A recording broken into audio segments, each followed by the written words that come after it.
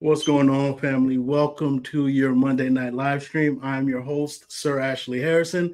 And on this channel, we talk about real estate, we talk about the Carolinas, and talk about financial information. Sorry, it's been a long morning. I rushed here, a long day. See, long morning, long day. I rushed here just now, but I have a couple guests with me today. As people are pouring in, I want to ask you to go ahead, hit that like button, and share this, and just allow more people to come in and get this information to where we're going to talk about the general overall housing market. Typically on this live stream we talk about the Charlotte area, but we're going to talk about national trends that we're seeing, as well as the positive and negatives that's happening in the housing market and what kind of loans are very prevalent right now. So you buyers or people thinking about getting a second mortgage or a second lien or even refinancing, different loan types that would be right up your alley to look at, to consider. Give me 1 second. I have my brother Danny. What's going on, brother? What's going on, my brother? How's everything going? I'm doing well. Can you introduce yourself to everyone? I know you're in the comments. I talk about you pretty much every live stream. Can you introduce yourself to everyone? Danny Mullen. I service North and South Carolina, realtor and investor. I love it. I love it. And we got Zen. What's going on, Zen? How you doing? What's up? Introduce yourself to everyone. Hey, Zen Benitez. Work with these two guys right here. Learn a lot from them every single day. And I don't know about that. I'll pick your brain regarding South Carolina Every stuff. day. Yeah. No, thank you both for joining me. This is we've been trying to get this together for a little bit. We did a live stream maybe a few months ago now. We've been trying to get back on. And today we're going to talk about, the title is the real estate market heating up? When we're looking at rates, we're going to look at loan applications and what exactly is a non-QM loan and why they are popular right now. Rates right now are right around 6.8. Did you all see what's happening? What happened last week with rates or with buyers concerning the rates? get kind of like an uptick on buyers. Is that where you're leaning Yeah. towards? No, Yeah. the buyers definitely came to the market at a 6.8. Yeah. Right? They just Not got seven. that's true.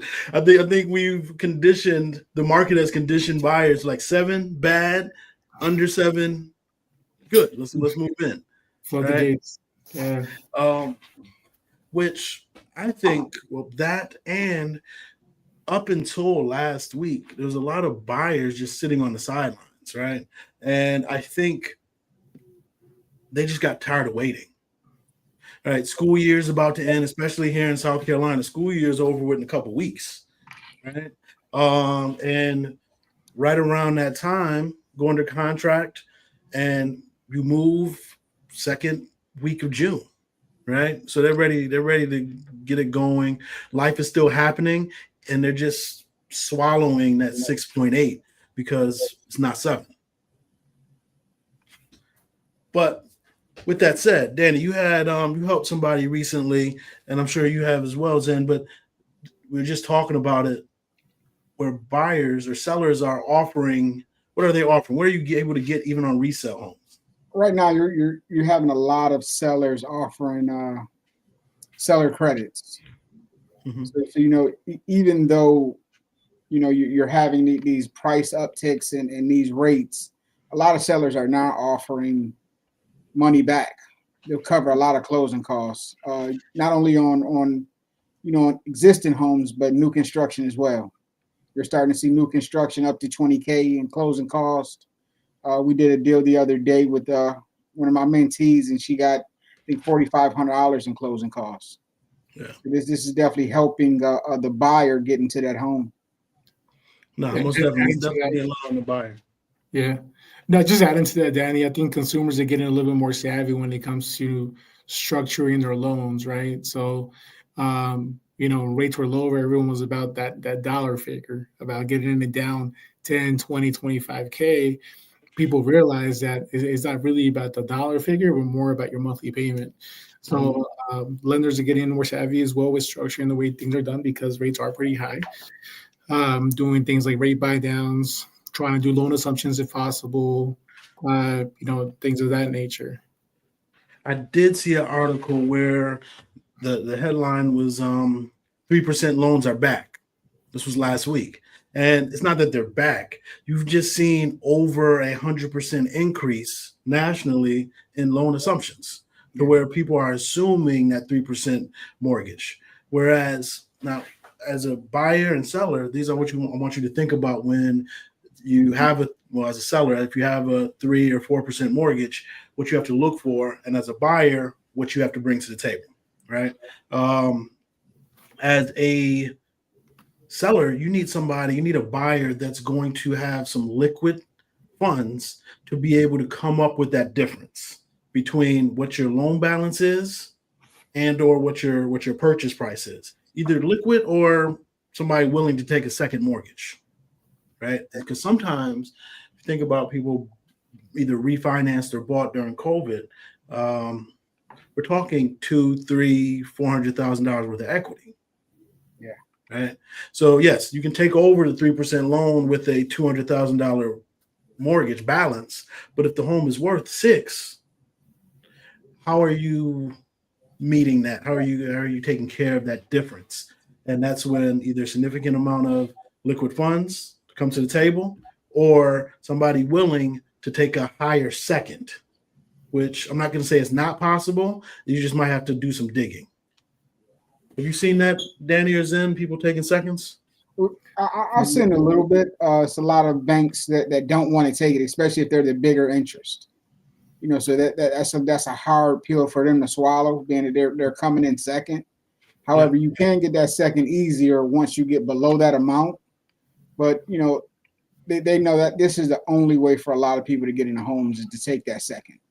So Avery has a good question. He's asking if they're assuming the loan at a higher purchase price, and they are not. You have to assume the loan where it's at, and you have to pay the difference based on whatever you agree to pay the seller for the home.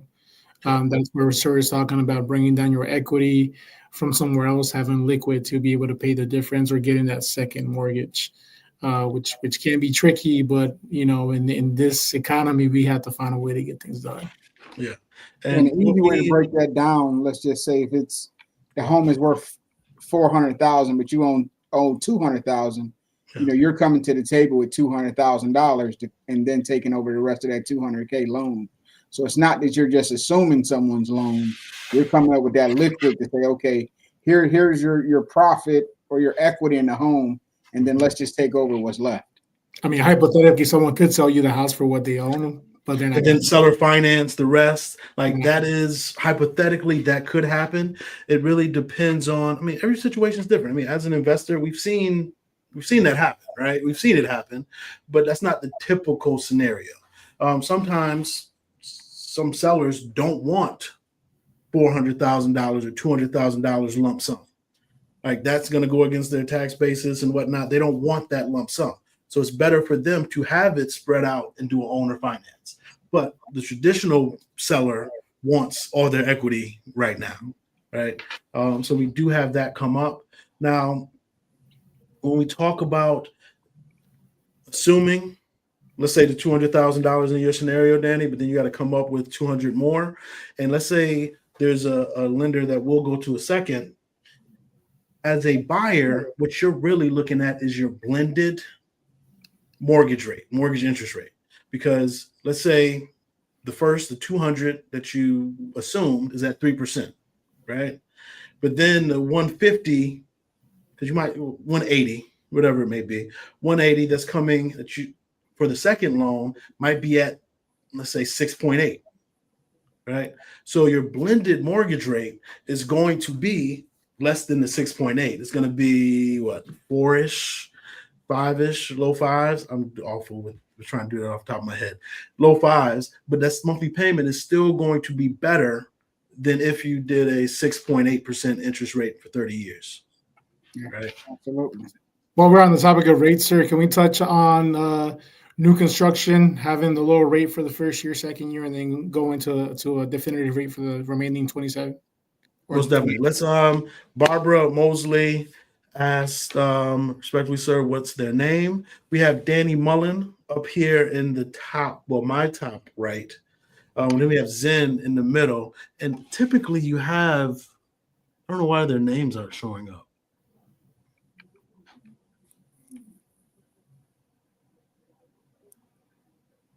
I'm sorry, I'm over here messing with the settings.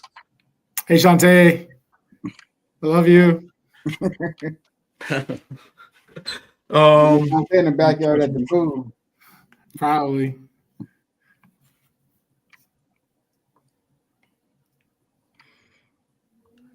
What's going on, Jocelyn?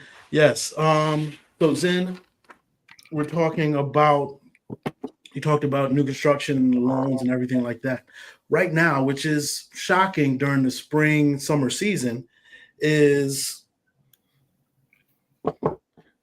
builders are offering crazy incentives, amazing incentives. There's this one builder in the Charlotte area that is doing a buy down where I think you mentioned it, Zen. First year is 2.99%. Second year, 3.99%. And then years 3 through 30 is 4.99%. So, I mean, no matter how you slice it, you're still well below the 6.8 interest rate that you would go if you weren't going to get a buy down, or if you weren't going to go new construction, or even if you were going to go resale and get concessions from the seller.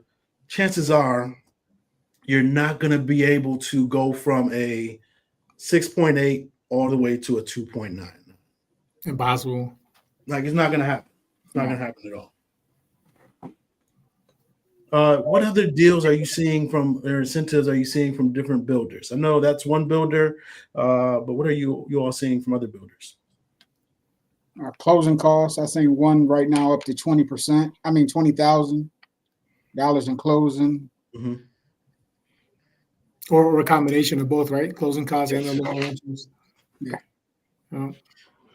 So I got our sister calling, Sheila. Let me text her right now. All right. So text her. She would keep blowing me up. But no. So we are seeing that. What I'm seeing is another big builders offering, if you can close in May, 3.99 right now for homes that can close in May. And then if you can close in June or July, you're at a 4.99 30-year fixed. Now, that's what they're offering. God forbid a home is sitting on the market or different things like that. We still have room to negotiate.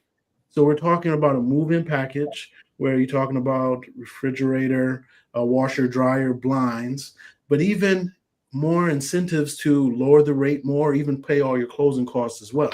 So you do have, again, now, which is shocking during the springtime, now is still a time for buyers not to just accept whatever terms the seller is offering. Correct.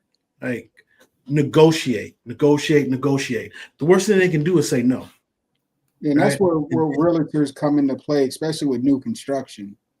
You know, you're not, as a buyer, you're not going to get you don't have the leverage that we have as realtors.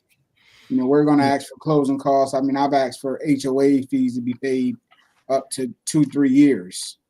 Yep. You know, so some of these checklists that we have, you know, we're asking these questions because we've done it before. Yeah. And to Sir's point, they're not always going to agree to everything, but we're going to get them to agree to something. Yeah. And if you just think about it logically, right? One, you go to a builder, or even you go to a builder. I can't say a normal seller, but you go to a builder, you're not getting a discount for being unrepresented. They're not cutting the price for not having somebody represent you, right? And if you work with any of us, we do multiple deals with a lot of builders to where you're a one-off person. So you're negotiating that one deal.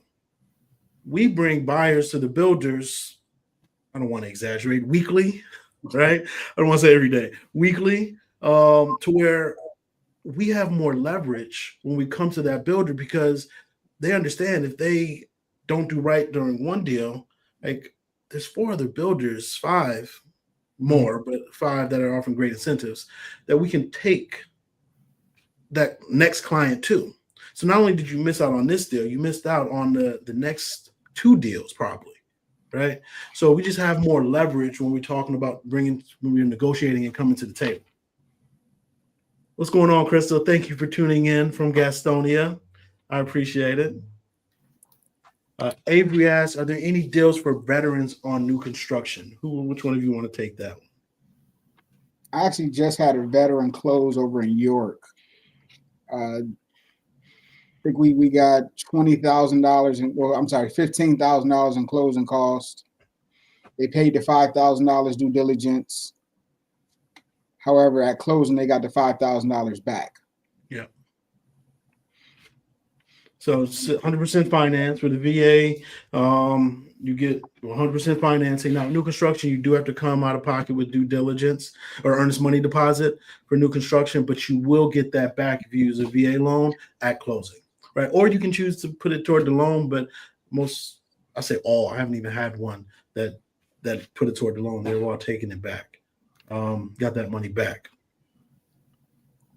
And in South Carolina,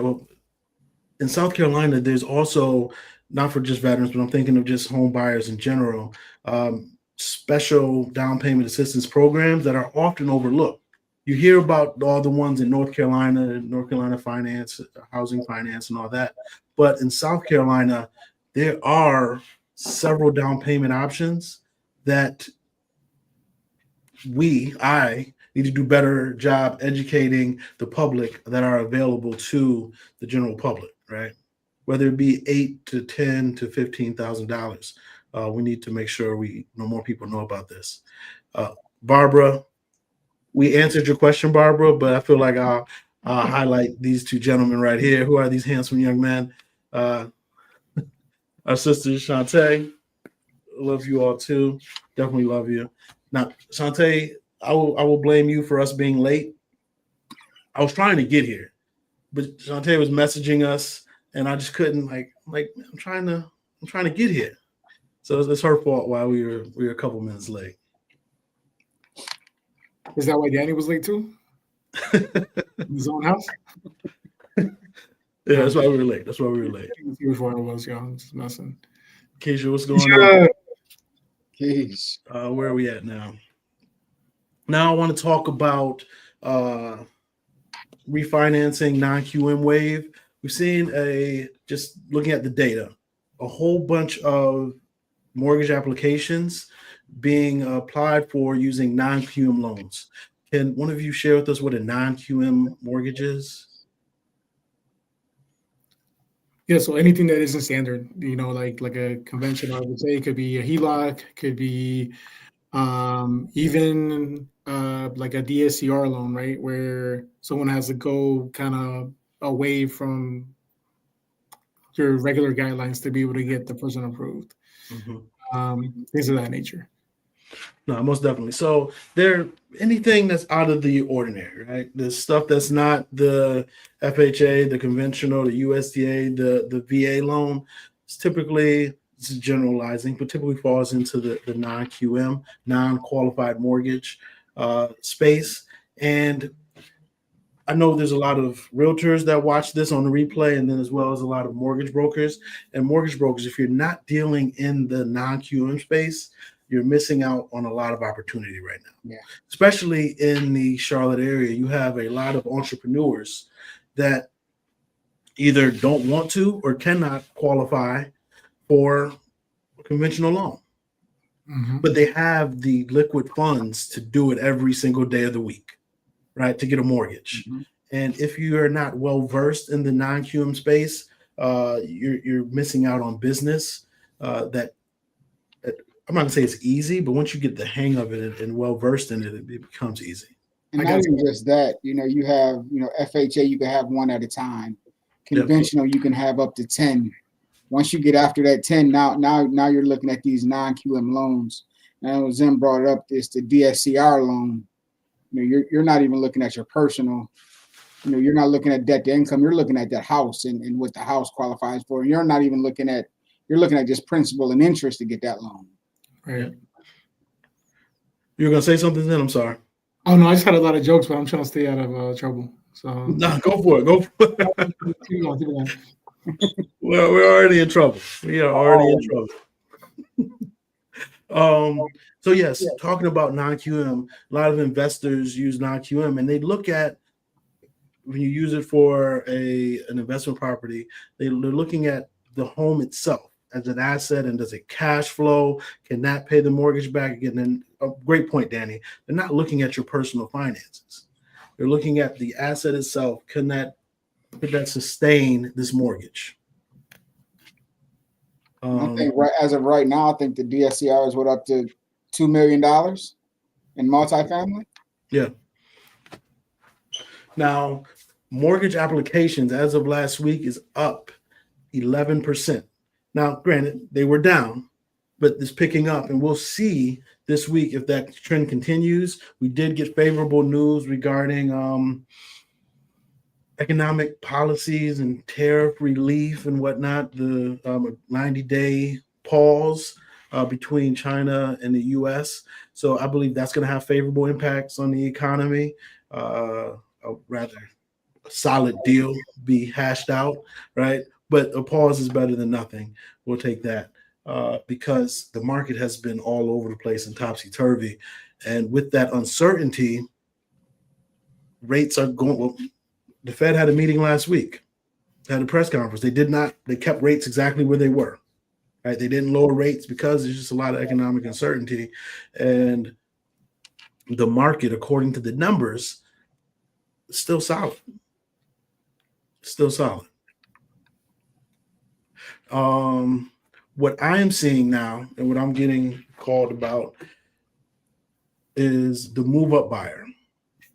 People that have owned a home and they've been on the sideline. I thought they would still be on the sideline personally for quite some time, but I've seen the move up buyer get back into the market. Now, move up buyer is somebody that owns a home and now they have a lot of equity and they want to move to a bigger home or a different area or whatever it may be. That move up buyer is trading in that 3-4% loan and going at one. I've seen a lot of them going to new construction and they're still getting 3-4-5% loan. But I thought without these incentives, they would be in the market. They wouldn't be in the market to sell. So we are seeing that more often. And I think the biggest thing with the move up buyers is, they see these incentives and they see what they're doing for people. Mm-hmm. And they're not going to just idly sit by with this equity because you can have $300,000 in equity, but if you're not using it or doing nothing with it, it's worthless. Yep. You heard me, What is that? I said, Sir Ashley has an uptick in buyers moving up. He's in a different tax bracket than the two of us, so Yeah, he works in a different world. that is one. I know both of you. That is not true. I know both of you in real life. So no, that's not true. Barbara, respectfully, I'm 69 years tender age and been a realtor for years and retired because the older move out and the younger move in. Not necessarily true. Not necessarily true. I've seen a lot of realtors start a lot later in life than other professions and do crazy numbers. So What I've been seeing that as well recently. Actually, people that join the office, they come in. Real estate is their almost like third career, and they leverage all the relationships they've had in the past. Let everybody know this is what I'm doing now, and they've trusted them. They've gained the trust from their colleagues and friends over the years in other professions, and so of course, yeah, we'll use you. So I've definitely seen a lot of seasoned individuals become realtors and be very successful. absolutely. Bernice says she would like to know the racial atmosphere there in Charlotte. Her daughter, her and her daughter want to move there next July, maybe sooner. Where do you currently live? Maybe we can compare it to there. You got Keisha laughing at you, Zen. Bernice, let us know where you currently live. Racial atmosphere. Uh, I mean, I lived in Charlotte for what, 10 years, 11 years. Right now, I live just across the border in South Carolina, in Fort Mill, TKK. She's looking for a large townhouse. Sorry, let me put it up here. Looking for a large townhouse, something that's multi-generational living. She's coming from Washington State. What's the racial makeup in Washington State?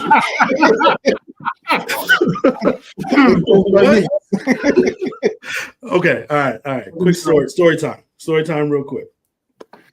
I was in Miami earlier this year, and I'm frequently in Miami. In Miami earlier this year, and there's a conference. But one of the people at the conference is from Seattle, Washington, right? She went out to go. We had an Airbnb. She went out to go get some seasoning to cook. She's our complexion, right? She's a minority. She came back with the least amount of seasonings, some seasonings we've never even heard of. And I just took it with a grain of salt. I'm not cooking. I'm just happy somebody else is cooking. Really a grain of salt. I'm just happy somebody else is cooking, right? Why did everybody else get on her? Because they're like, what in the Washington non-minority having people in that state? What is this? What is this seasoning that you bring back? It wasn't conducive. She ain't getting no adobo and no logs. She's not from the South, should I say? Like the seasoning just wasn't on par what she came back with, and she was clowned, and she thought she was ready to throw hands by the end of the night. Yeah. Well, Charlotte is one of the more diverse cities I've been to, and I've traveled a lot with my W-2 job. And you know, coming from Buffalo and that makeup of how Buffalo is made up, coming to the South, you know, I thought it was going to be a lot more segregated than what it was. However, it was actually more segregated in upstate New York. Oh, absolutely, 100%. Yeah. So coming down here, I mean, everybody, whatever community you go into, it's every makeup in that community. No, I can say that. Now, different parts of the area more so than others. Yeah. I would say Still Creek, the area that I've lived in Charlotte twice, 2 different occasions, is very diverse. It's the most diverse part of Charlotte economically and culturally. But even Huntersville, even when I lived in Huntersville, there was a wide range of demographics, even in Huntersville. I mean, we have Shantae that's in the chat in Huntersville. I'm surprised she got Wi-Fi out by her pool. Yeah. It is raining. It is raining out there. It is raining. So she's probably inside. And I mentioned a lot of racism, but it's hidden behind smiles. Even though we're in the South, it's not as prevalent as you would think being in the South. Yeah. You know, now we do have little pockets of cities outside, so don't get me wrong, but you don't see it often. And Charlotte is unique in the sense that there's a lot of transplants here. So while we're in the South, most people that live in Charlotte, a large portion of people that live in or around the greater Charlotte region are not from here. Right? So they don't have, now, if you would have asked me about 15 years ago, I would say, like, what? I practiced law about 15 years ago. So I'm very I have intimate knowledge of the courthouses and the procedures and various things like that. I would have been like, look, stay away from Cabarrus, stay away from Gastonia, personally. Just because I saw what that demographic made up of and the structure of it. But now I'm in both of those communities all the time, and there's been a shift. So I don't think you have granted, just pockets of anywhere where I'm like, hey, you need to watch out for. But that's any city you go to. Yeah. But as a generality, I wouldn't.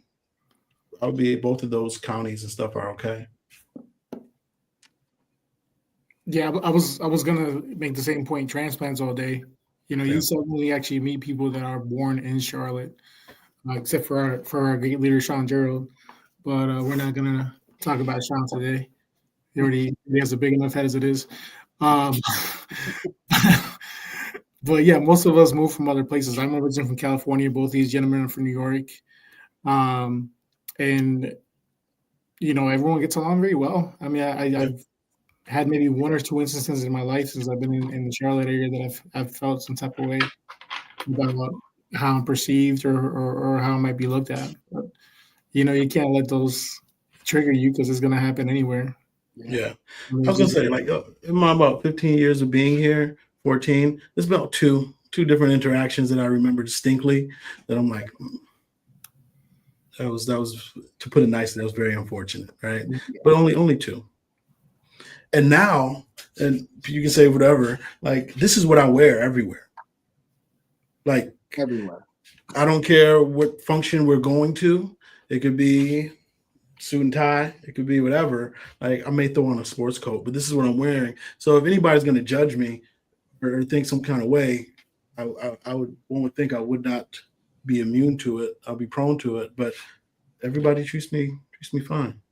So, um, and I would even say I am very pleased to say that there's a lot of allies here in the Charlotte area that may not be minorities, but they protect the rights of the minorities and will stand up and stick up for you. I've experienced that personally. Mhm. So I think you're good. I think you're good, Bernice. Come on, come sooner than next July. Make it this July. Come on. And we talk about large townhomes. There's several builders that have townhomes with two owner suites, one downstairs and then one upstairs. That's the only, in order to make a multi-generational situation work for a townhome, I think that would be ideal. Um, and the Yep. longer you wait, I think pricing is just going to go up. But Right. We don't really have the multifamily like some other states, so that's something you have to kind of accommodate too. But we have plenty to compensate. We have green trees and grass outside, so Yeah, but to your point is, you do have a lot of rooms on that first floor that may have a bathroom. So that same level as that 3-story townhome. Mhm. You can have that walkout for them where they're not really interacting with you every day. I actually put a client in one of those because they want their son to kind of have his own spot. yes. Now, I want to bring up something that you sent me last week, maybe last week. Everything's running together. Is while we don't have a lot of multi-generational housing, there has been codes passed to where you can do ADU. You might get an older home on one of these lots here in Charlotte proper and just build an ADU in the back, and then that'll be your multi-generational, your second unit back there.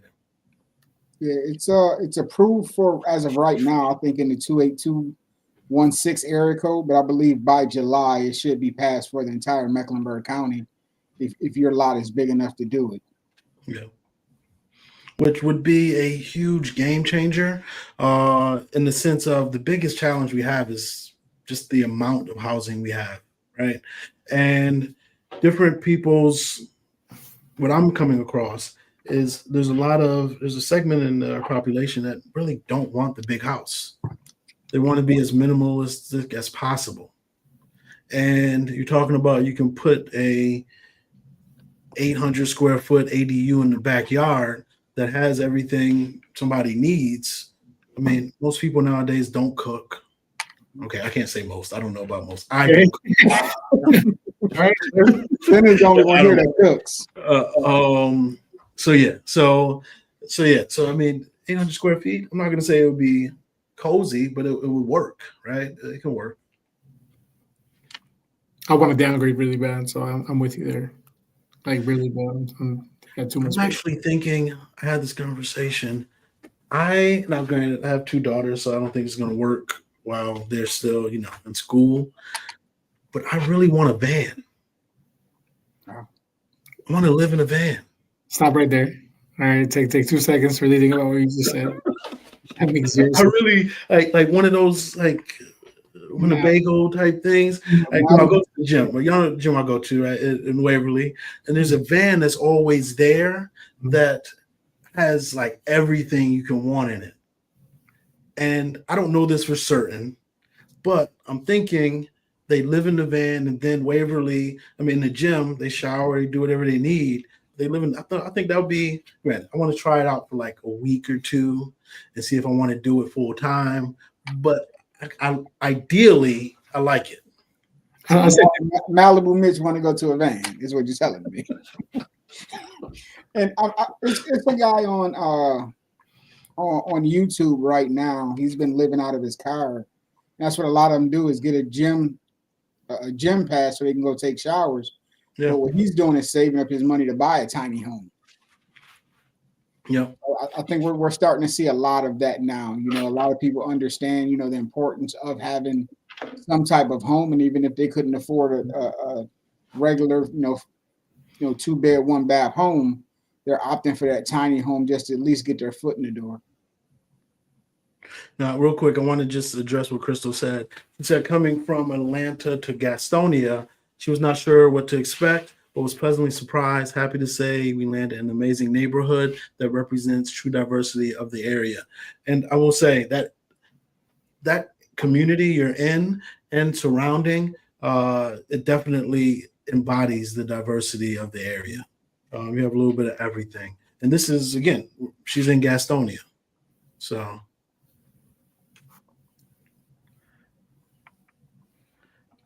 Sorry. Seeing what Barbara's saying. All right. Oh, Barbara, I'm coming to your Thanksgiving. I need to go to somebody's Thanksgiving because, Yeah, as I said, I'm not cooking. And I'm cousin Pete. Where are we at here? So, first-time home buyers. We talked about people coming to the market and mortgage applications picking up. The people that I am scared or concerned about being left behind is the first-time home buyer, because they're being introduced to housing in this market in a time of chaos. One, there's no real good time, right? Because a lot of people they thought about being first-time home buyers in the middle of COVID, and then they got smacked in the face with bidding wars, coming out of pocket, crazy amount of money for due diligence. And like, no, we gotta hold off, we gotta hang back. We're not gonna move into this market, this craziness. But then they were met with 8% interest rates or 7.5% interest rates. They're like, you know what? Now I can't afford where I want to be. Well, with these interest rates right now, it's more affordable with new construction and then getting them buy downs for a resale. It's more affordable, but yet you're still hearing all these negative headlines, right? And my fear is that's going to cause a lot of people to continue to sit on the sidelines when, in practicality, this would be the best time for them to move. Yes, but they just a lot of them don't want to put the work in. And I mean, not just the work as far as, getting it, but, being a first-time home buyer, if I could do it again, like I purchased my first home when I was 18, but it was a single family. Worst, I mean, a problem that I think I would have done differently now, and I would house hack. Yeah. If you have several friends, you're going out with them every day anyway. Let's split this bill up. I'm not going to tell you how much your mortgage is, but you're going to pay most of it. You're already paying rent, but let's get this bigger house. Let's get these rooms. Like, all of us want that forever home. I see a lot of people want that forever home as their first home. Just get your foot in the door. Even if I would have to sleep in the guest bedroom or another bedroom and rent out the master or primary. That's what I would do at this day and age right now. And build that equity. So when I am ready with that family, I have that equity to move my family into our forever home or our next home anyway. No, I love it. I love it. I tell people, get people on the property ladder is what I say. Just Yeah. get on the property ladder. It's not going to be your forever home is going to change at different stages of life. You hear me talking about I want a freaking van right now, right? like it changes. You're going to go through different scenarios and situations to where what you want. Um, and so long as you have that home, have that asset, you can decide what you want to do with it, right? Um, and you can use it as a piggy bank. I've done it twice. Like I said, I've used equity in my home uh, Mm-hmm. to buy rental properties. Talk to me about that. How did you do so? So you know, during COVID, they was allowing you to take money out your home, keep your reduce your rate, and not really refinance. But you were able to get that cash out. I did do a Mhm. HELOC on another home to get money out to buy another rental property. Yeah. That allowed me to use that equity to now purchase this rental property, fix it up, rent it out, and now I'm able to pay back that mortgage or that extra part of the HELOC and make equity and a little bit of extra cushion as well. So I mean, Yeah. I got one property I purchased in Buffalo. I think we're at mortgages like 1,200. I'm getting $2,800 in rent. How much equity do you have in that property since you got it? You had it a few years now, right? Yeah, I have a few years. Yeah. Yeah, I got about 120 in that one. Let me hold something. I think the best one was the townhome though. I bought that during the middle of COVID, which was the reason I actually got my real estate license. I bought that for like 90. Mm-hmm. That was the one that conventional, so put 20% down. One just sold around the corner for 250. You can't beat it. So long as you get in the game. And again, different parts of the country is suffering different things or going through different things right now. But the greater Charlotte area as a whole, I don't believe, again, I'm not a fortune teller. I'm just looking at the data and what's happening. I don't believe we're going to have that significant market decrease like you do Austin. You've already seen 18 to 20% decrease from its peak. Now it's still up 20% from before COVID, but 20% decrease from its peak. Here in Charlotte, we are down. Hold on, I did see something. Here we are. Year over year, we are down 0.1% in the greater Charlotte area. I'll pull this up. Give me 1 second.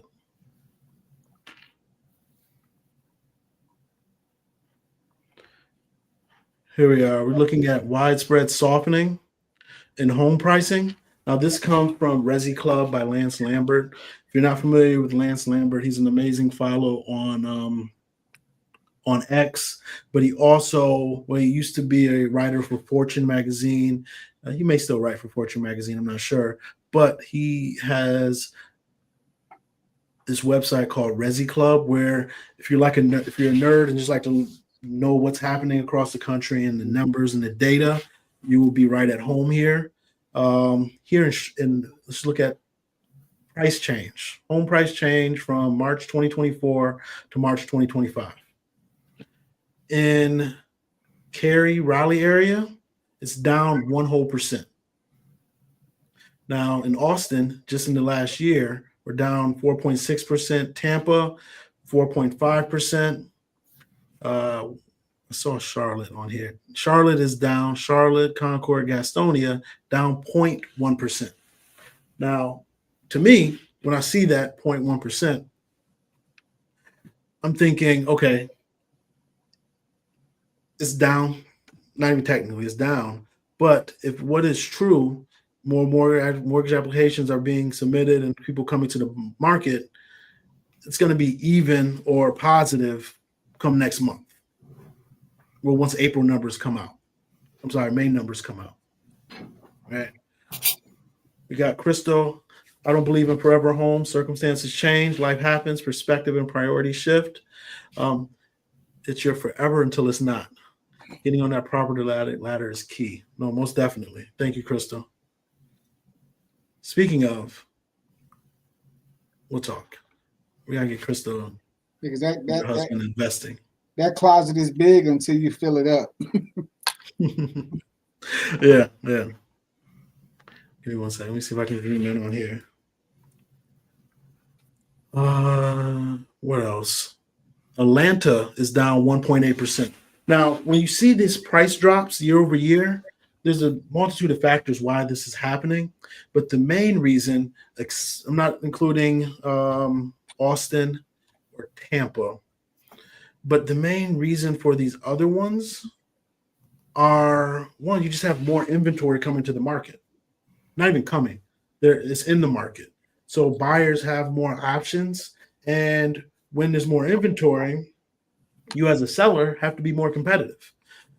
When it's less inventory, you can raise prices and get what you're asking for. But if there's competition in the market, you may have your price at $450, but if your neighbor's home just comes on the market and it's the same floor plan, and yes, yours may have a better countertop in the kitchen, but the same floor plan and it's $430, chances are, like, either you're going to be lowering your price or you're going to be okay with your home sitting on the market because that home is going to sell well before yours.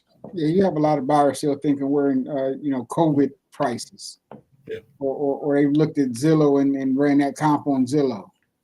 So that's what the prices they're stuck with. So a lot of realtors are not really telling their clients, hey, this is what your house is really worth. And a lot of them are putting it on there and saying, okay, let's circle back in 2 weeks and come up with the real price. Yeah. So we do see drops like that. I think that's where that 0.1 coming from. Now, Zen, what do you say? What do you say to a seller in that situation? They want to sell their home. They've been seeing the past few years home prices go crazy. Their neighbors selling in days, and they're just thinking, they're jaded by the past. But I want to sell my home right now. What are you telling that seller? You know what? There are some neighborhoods though that are not taking too long to sell. So we have to do, a really good CMA, and that way I can go ahead and show them exactly how long it's taking someone with the exact same house to sell. And I can be like, look, they took 45, 50 days. You have to be realistic about your expectations moving forward if you're gonna try to do the same thing. And other places go on, the same week. You have places even in East Charlotte that are going pretty quick, just based on location. And a lot of transplants are picking like certain niche areas, like close to like South End and your Morris Park. You referred me a client there, and houses were going at a decent rate. Yeah, and then you see it on the other end. So like you said, that they're going there, but then you got the Palisades who was booming at one point. And now you got 45, 50, 60, 70 days over there right now. Plus, you have a new community coming there. Well, the very last one, right? It's coming coming this year, right? Should be this year. Yep. No, Palisades, actually, I'm about to list a home in the Palisades. I'm about to add one more listing to the Palisades. And when we talked about pricing, I'm an advisor. I'm a real estate advisor. I want to put you in the best position to sell your home for the most money in the quickest amount of time. Now, you don't have to listen to me. I'm going to do what you asked me to. And I came up with a pricing strategy, and we'll see if we go that route. But if you want to sell your house fast and for the most money, it might be counterintuitive, but listing it lower would actually bring in more activity, more traction, and depending on the location, people will bid it up, right? And the house itself, right? If it needs work and stuff like that. I'm so weary of doing that. I've done it a couple times, but I'm so weary because it can backfire on you. And once it backfires on you, there's no going back, sir. And you're like, shit. And then, hey, you told me I was going to get multiple offers. Where they at? What happened was, and then, Yeah. No, and then no, you're it could. sitting with the house below market value on your hands. You know, So when but I say now, I'm this is assuming where you did it where it that was a fine competitive. line comes in, right? To where when I say lower, we don't want to. We're not giving it. Obviously, we're not giving it away, right? But let's say the range is. Let's no hypotheticals. We go right here. The range is 630 to 670, Mm-hmm. right? That's what. And then that's why the Palisades is having such a hard time right now, because you have that range where you have some newer homes, some older homes, and they're competing with the new construction that's going to be coming. Um, no matter what, again, I'm not counting anybody's pockets, but where you're thinking about, you got to also consider what is the me holding on to it.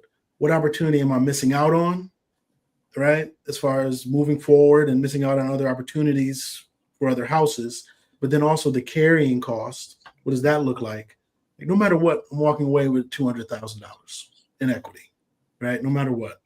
Uh, I'm not going to say do it at 630, but I would not recommend doing it at 670 either. No. Right?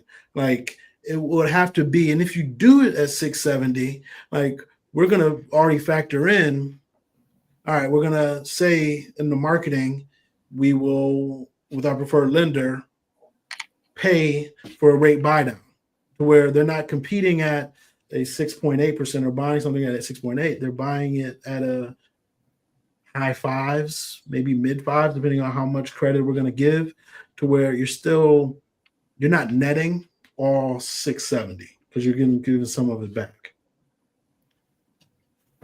We have a question from Avery.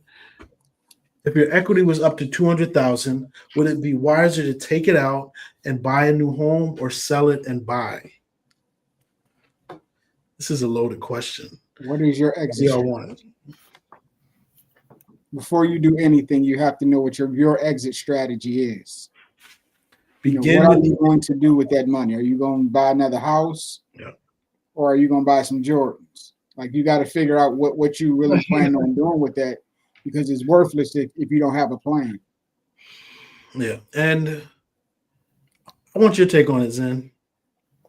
It goes both ways. It really just depends on the individual. There's people that are like Danny that are very investment heavy, and you can see them taking out the equity and putting it directly into another house.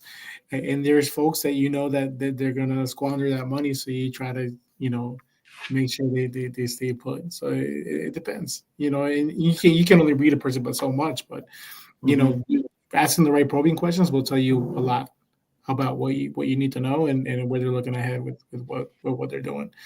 I've had both. I've had people sell and buy something completely different. I've had people do a cash out refi and use that money towards something else.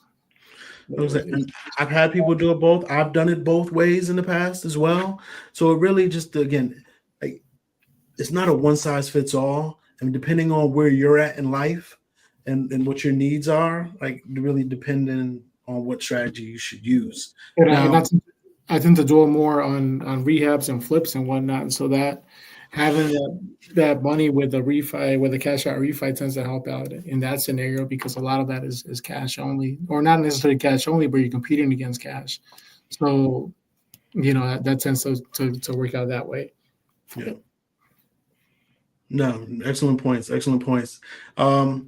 Avery, feel free to reach out to any of us. We'd love to just like to war room and mind map things. Just play it out. This is 5-10 minute conversation. I'm sure any of us would love to have it with you. Again, we're real estate advisors. It's ultimately your decision. We just, like, what I encourage or what I tell people is, like, you may not like me, like when we're talking one-on-one, but it's my job to bring everything, make you aware of everything, right? And then we can go from there. One thing is, I don't want you 2 years, 5 years from now and be like, sir never even mentioned this or told me about this option or this possibility. I would rather, let's talk about it. It may be uncomfortable, maybe unsettling, but let's talk about it and see how it works out, as opposed to me telling you something that is palatable to you and then just because it's palatable, it might not be in your best interest in the long term. I'd rather you have all these options and then you pick and choose.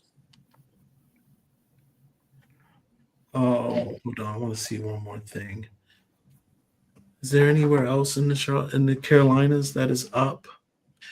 We got Kansas City up 2.2%. Los Yeah, Angeles. I asked about you Los can't trust Angeles. Kansas City numbers. That might be Patrick Mahomes having the books again. We got lost. Somebody asked about Los Angeles. That's up 2.4% from this time last year. DC, I'm actually surprised DC is up. Earlier in the year, DC was going through it was hectic where prices were down and huge price drops everywhere. We have Buffalo up almost 4% at 3.9. Surprised Rochester. Did I miss Rochester? You just say Buffalo and Cheektowaga. Yeah. Because Rochester is one of the hottest housing markets in the country right now. Yeah, they got a lot of. What's so enticing about Rochester? I've heard that's the second time I heard you say that. Yeah. If you ask me, nothing. But Okay.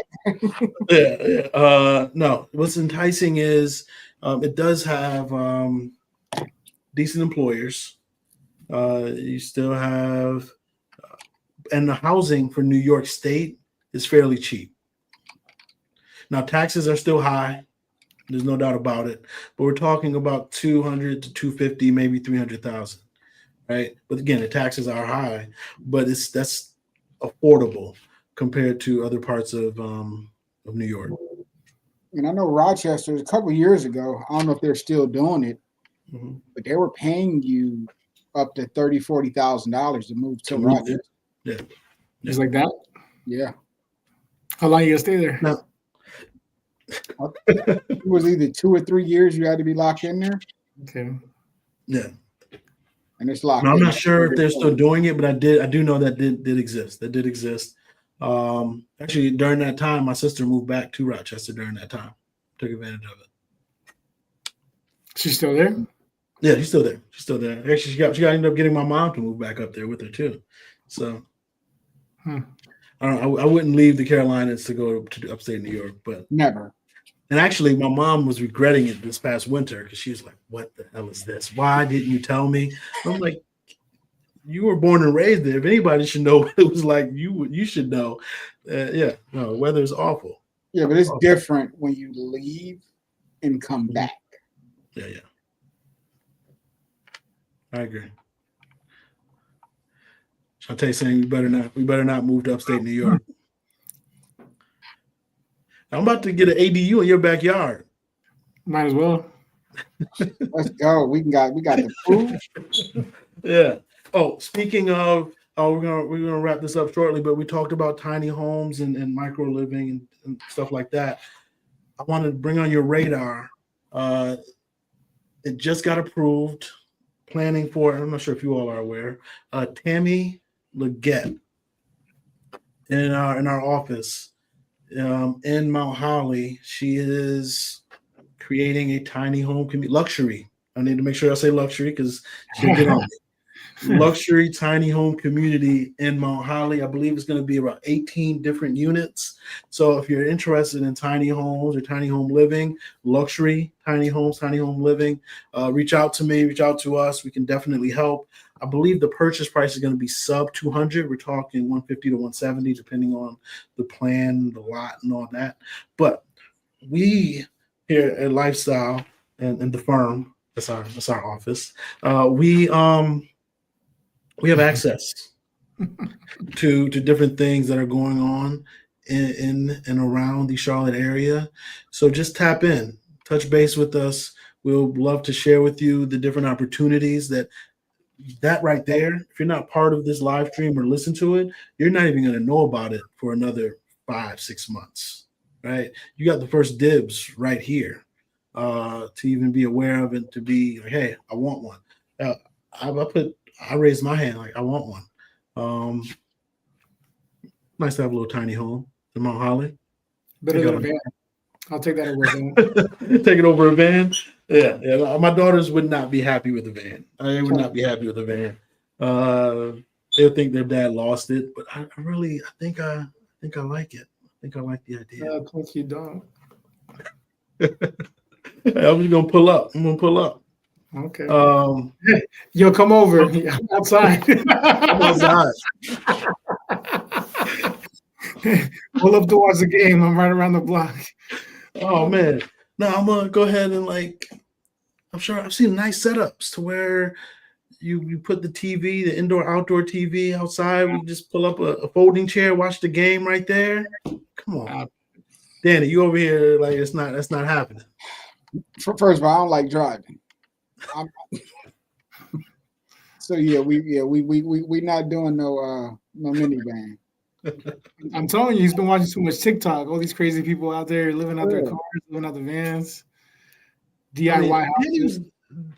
The fact that Danny knew about the guy that took a shower and all those things lets me know that he's been watching it as well. Oh yeah, I watched. He's intrigued. He's intrigued. Yeah, it's definitely intriguing. I ain't gonna do it. You got to choose which gym you want to go to. Like Anytime Fitness seems ideal because there's a lot of Anytime Fitness and nobody's really go there, as opposed to Planet Fitness. Everybody goes there. So yeah, I mean, I've thought about this. Thought about it. Yeah. How tiny we're talking for the tiny home community. I believe it was 700 to 800 square feet for the tiny home community. Now, I'm aware and privy to the different mock-ups. I don't know if they've finally solidified which floor plans they're going to use, but 700 to 800 square feet is what I saw. Yeah, but I mean, we're saying tiny homes, but 700 to 800 square. I mean, my first house that I purchased was only 1,100 square feet. So if we took off one bedroom, that's a tiny home. So I could live in that. Now we're looking at one, a Home Depot, a little Home Depot joint. Now we doing something different, but like I said, for that price point and to be in Mount Holly, which is ever growing, that's definitely a good start to get into. Mm-hmm. No, I like it. I like it. Zen, how can people get in contact with you? Realtor Zen on Instagram, 704-737-4577. Perfect. Danny, how can people get in contact? So hold on. YouTube sold by Danny 704. Instagram sold by _Danny. Facebook Danny Mullen. And telephone number 704-575-1912. Now, if you don't follow Danny on Instagram or TikTok, I say TikTok. Like your TikToks, they're funny. They're funny. They're funny. Definitely follow them everywhere. But I'm like, damn, I wouldn't have put that out there, but I'm glad he did. Right? I'm glad he did. All right. But nah, thank you, brothers, so much for jumping on. I definitely appreciate both of you. You all, I consider y'all both just a vital part of my team, my family, just resources. So feel free, if you all have any questions, talking about people watching, reach out to these two. They are amazing, highly knowledgeable, and will put you on the right track. Go ahead, like, subscribe, comment. Let me know what you want to hear, what you want to talk about. Again, we talked about national stuff this week, and we're going to see what data comes out this week and see what we can talk about next week. I'm trying to bring on, we'll see. I don't want to say it because they haven't confirmed, but an inspector.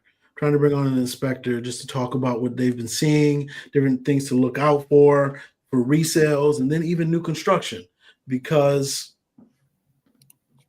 there's a lot of stuff happening. And if you're unaware or just not, if you're unaware to what to look for, you will be taken advantage of. So I appreciate y'all. Tune in next week. I should have a video coming out. It should have been out yesterday, but I'll put it out tomorrow. Both of you have been on me about putting out more videos. Danny, I shall. I made the mistake of relying on editors and not everybody gets it back as fast as you would like them to. Because Zen, I sent you the folder. It had like 7 videos ready to go in there that just needed to be edited. It just wasn't edited. But I'll be back to dropping more videos more consistently. I'm trying to sift through various editors. But no, I appreciate y'all rocking with us. We will be your one-stop shop for all things Carolina and real estate. Talk soon. Thank you.